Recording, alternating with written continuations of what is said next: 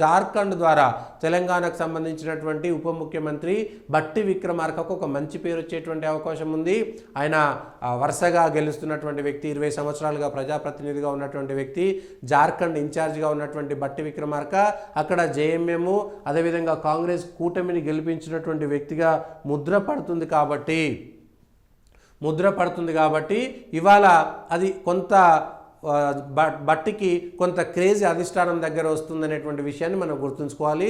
అది రేవంత్ రెడ్డికి అనుకూలమా వ్యతిరేకమా పక్కన పెడితే బట్టి యొక్క ప్రభావం అధిష్టానం దగ్గర పెరుగుతుంది. రేపు పొద్దున ఒక దళిత నాయకుడిగా తెలంగాణలో ఆయనకు మరికొంత అవకాశాలు పెరిగేటువంటి స్కోప్ కూడా ఉంటుంది, ఆయనకు పార్టీ గుర్తింపించేటువంటి అవకాశం ఉంటుంది. అట్లా కూడా జార్ఖండ్కు సంబంధించి తెలంగాణకు ఆ లింకు కూడా ఉంది. మొత్తానికి రెండు రాష్ట్రాల ఫలితాల్లో అస్సలు తేలాల్సినటువంటి అంశం రాహుల్ గాంధీ నాయకత్వాన్ని దేశం ఒప్పుకుంటుందా? దేశ ప్రజలు ఇంకా 2004 నుంచి ఇప్పటిదాకా రాహుల్ గాంధీ నాయకత్వాన్ని పరీక్షిస్తూనే ఉన్నారు.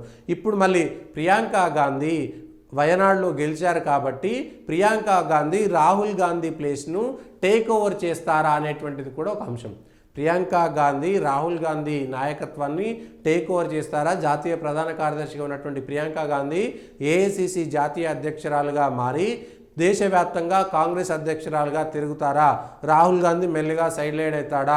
వరుసగా 20 సంవత్సరాలుగా తన యొక్క నాయకత్వం ఎక్కడా కనిపించట్లేదు కాబట్టి, ఆయన ప్రభావం లేదు కాబట్టి ఇందిరాగాంధీ మనవరాలుగా ఒక మహిళా నాయకురాలుగా ప్రొజెక్ట్ చేస్తే మహిళా ఓటర్లను ఆకర్షించడానికి ఉపయోగపడుతుంది అనేటువంటి దృష్టితో ఇప్పుడు ప్రియాంక గాంధీని ఏఐసిసి అధ్యక్షురాలుగా చేసి దేశవ్యాప్తంగా ఆమెను తిప్పేటువంటి ప్రయత్నం ఏమైనా చేస్తుందా? కాంగ్రెస్ ఆ ప్రయోగం చేస్తుందా అనేటువంటిది కూడా ఒకసారి చూడాల్సినటువంటి అవసరం ఉంది. మరి వయనాడులో గెలిచినటువంటి ప్రియాంక గాంధీ రాజకీయంగా కాంగ్రెస్ పార్టీని పూర్తిగా తన చేతుల్లోకి తీసుకుంటుందా లేదా అనేటువంటిది కూడా ఇప్పుడు కాంగ్రెస్ పార్టీ ఉందన్నటువంటి ముందున్నటువంటి కర్తవ్యం. అటు రాహుల్ గాంధీ భవిష్యత్తు ఏంటి, ప్రియాంక గాంధీ భవిష్యత్తు ఏంటి, కాంగ్రెస్ పార్టీ భవిష్యత్తు ఏంటి అనేటువంటిదే పెద్ద ప్రశ్నార్థకం.